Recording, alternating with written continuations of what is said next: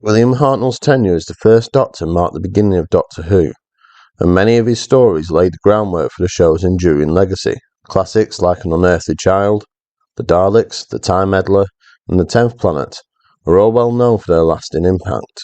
However, there's one often overlooked story that played a crucial role in shaping the series' storytelling approach and ensuring its longevity. That story is The Edge of Destruction.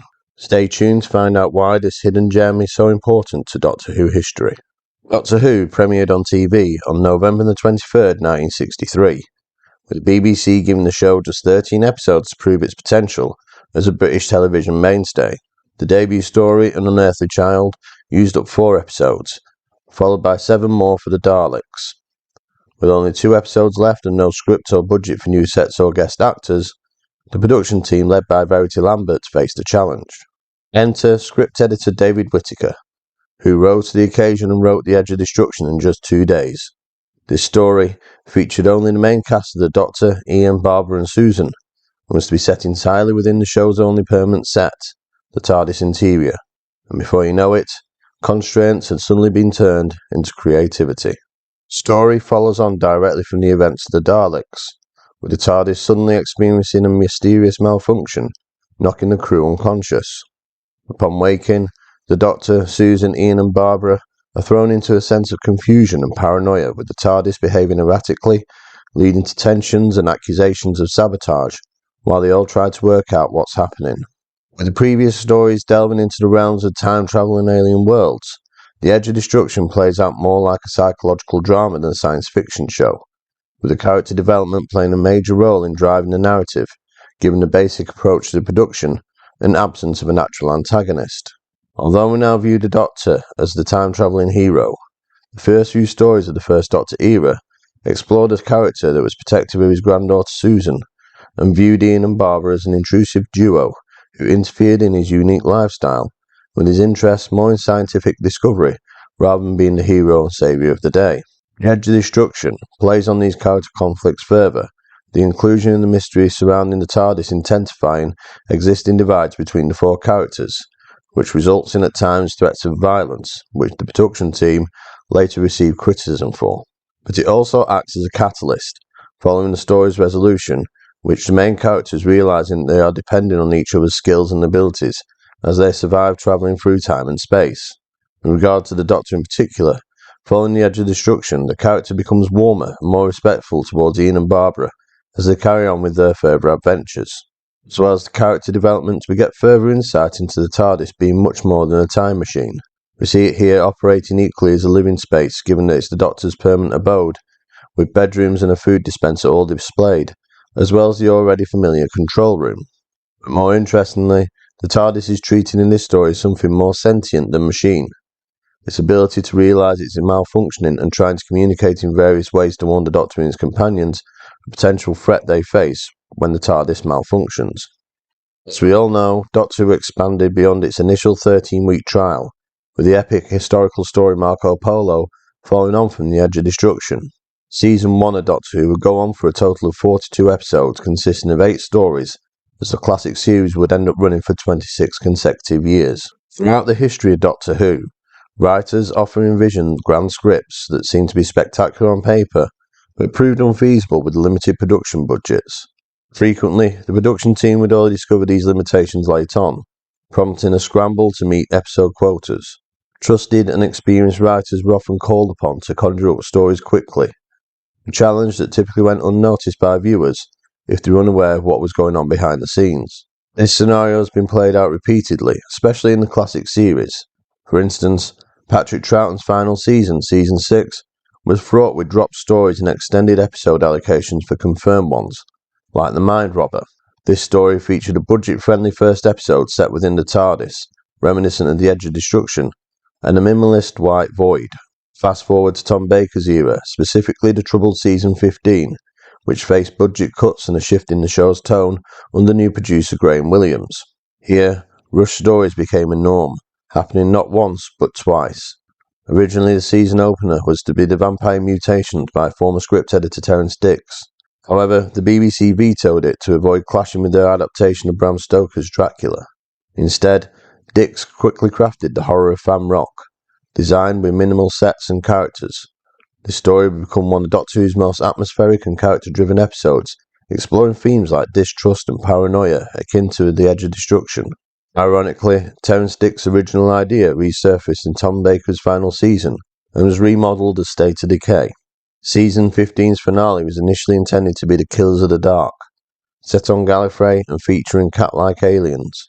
Realising the script's ambition exceeded the budget, producer Graham Williams and script editor Anthony Reid hastily developed The Invasion of Time under the pseudonym David Agnew, as they also managed to incorporate existing sets and locations intended for Killers of the Dark to save on cost. These instances highlight the prowess of Doctor Who's seasoned writers, adept at crafting fitting scripts under tight constraints. This tradition of resourcefulness dates back to David Whittaker's work in Season 1 with The Edge of Destruction. But what about those times when budgetary limits directly influenced the story? The debate over how Doctor Who's classic series suffered from limited budgets is endless, but some episodes are clear examples of stories that had to thrive on little to no budget. Take Season 15's Underworld, for instance. This ambitious narrative, inspired by Greek mythology, faced severe budget constraints due to the season's overall reduced funds and other stories exceeding their budgets. The production team had to get creative to bring the cave settings to life, using miniatures and filming the cast in front of a blue screen. They employed colour separation overlay to superimpose the miniatures as their set design. Though the final product fell short visually, it allowed the story to be completed instead of being cancelled outright. Fast forward to Season 18's Warriors Gate, a technically challenging narrative penned by Stephen Gallagher. Set at the gateway between two universes, the production team once again turned to a mix of miniatures and a stark white set to depict a void. Once again, they coupled this with blue screen and colour separation overlay to create the world of the Tharals, using photographic stills of Powys Castle in Wales. Under Paul Joyce's direction, the result was a surreal and visually striking episode that demonstrated significant improvement over Underworld just 3 years earlier, despite the persistent budget constraints. The eventual outcome of The Edge of Destruction, you could argue that the production team had come across another form of storytelling in Doctor Who. Sidney Newman's initial vision was that of an entertaining yet educational show for younger audiences, but with the subsequent success of the Daleks, the William Hartnell era would initially flip-flop from historical-based stories to science-fictional-based ones. And although The Edge of Destruction sits firmly in the realms of science fiction, the limitations forced upon the production team meant that Doctor Who had the ability to create psychological drama and tension from little more than a clever script idea and acting.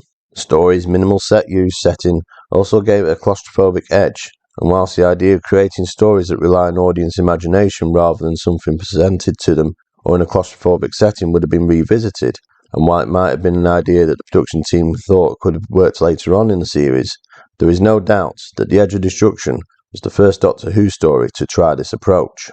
Throughout the classic series, there would always be that idea to make the most of limited budget, and with stories normally being at least 4 episodes long, there wasn't always the want to produce psychological claustrophobic stories with limited settings, and instead the concept would only be used for parts of the story, such as the previously mentioned Mind Robber or Castrovalva, both using the interior of the TARDIS for large portions of the narrative.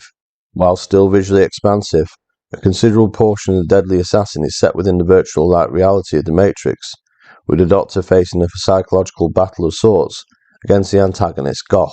However, if you are looking for a more psychological or tension-driven story, without much in the presence of a physical antagonist, then you have Kinder, with the power of the Mara representing more how it enters the mind of other characters such as Tegan, and changing them in order to display their antagonist traits. The idea of psychological and or claustrophobic stories is perhaps more suited to the post-2005 series of Doctor Who, where the stories tend to be a single 45-minute episode, which is a similar length to The Edge of Destruction, rather than the multi-episodic format of the classic series. Listen, although not claustrophobic, contains plenty of psychological drama and tension built purely from the ideas from the Doctor's own perspective, and allowing the audience to draw their own conclusion whether the story has a physical antagonist, or whether it's the Doctor's imagination running away with him.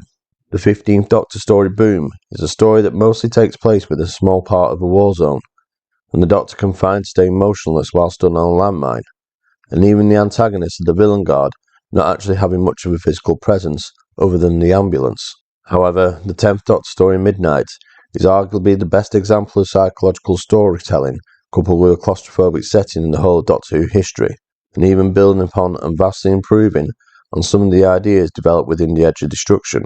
A single setting filled with paranoia and tension amongst a small group of characters as they try to fathom the Midnight Entity, who isn't presented as a physical antagonist, but is something more that takes over an individual, and instead, its threat is played out how it manipulates the other characters. I'm not going to say that The Edge of Destruction isn't one of the all-time great episodes of Doctor Who. Well, not in my opinion anyway. Despite it being just 2 episodes long, the narrative at times still feels overstretched, and some scenes are at times laboured. Having said that, the tension build-up is atmospheric at times, and thrilling, the uncertainty of the strange scenario the TARDIS finds itself in, along with the crew. So, if I myself don't find The Edge of Destruction an all-time great story, and see how it gets outclassed by some of Season 1's other stories, then you'll be forgiven in wondering why I'm bothering making a video about why I consider it an influential story. While it's not necessarily a story that sticks long in the memory of fans, the success of The Edge of Destruction would have resonated with the production team, writers, and the primary cast. Pulling off this story was nothing short of a minor miracle in terms of compiling the script and filming the story with next to no budget and relying purely on the core characters and a single set design. And what was delivered was a tense psychological piece that played on paranoia and uncertainty rather than a physical antagonist. To those of you who follow classic Doctor Who, and even into the post-2005 series, you may find some of the achievements obtained by the production of The Edge of Destruction familiar. Despite Doctor Who being a mainstay on television for so many years and having established an institutionalised status, the classic series in particular was well documented for being a sufferer of lack of budget for a variety of reasons. When this occurred, it forced the writers and production team to be imaginative with what they did have at their disposal, and despite the varying degrees of success over the years, the story was always delivered when matters were in the hands of the production team. In fact, during the classic series run, the only time a story wasn't completed was with Sharda set within the 4th Doctor era, and that was due to production strikes that were beyond the control of anyone in the production team. So, going back to 1964, what if the production team led by Verity Lambert decided against the idea of trying to complement a 2-week slot with a story with no available budget and a last-minute written script? There is that possibility that the BBC would have looked at the initial first 2 Doctor Who stories as successful but expensive to put together, and the distrust of the production team's inability to manage budgets. The knock-on effects could have led to drastic changes to the show, or the worst-case scenario, cancelling it altogether. Thankfully, it didn't, and Doctor Who went on to be the success that it is now. And although The Edge of Destruction doesn't necessarily contain any memorable scenes, classic antagonists, and has a drawn-out narrative even for 2 episodes, it did provide the belief that Doctor Who is a show full of capabilities, wonder, and imagination, and that a lack of budget doesn't mean all hope is lost, but more rising to the challenge. And with that approach, it meant as long as a good story is there, substance, in this case, is more important than style. So that's my opinion on the importance of The Edge of Destruction. But maybe you think differently. Maybe you think I'm overhyping its importance and relevance in Doctor Who's history. That's fine, because that is your opinion. But let me know in the comments below. But for now, it's the end.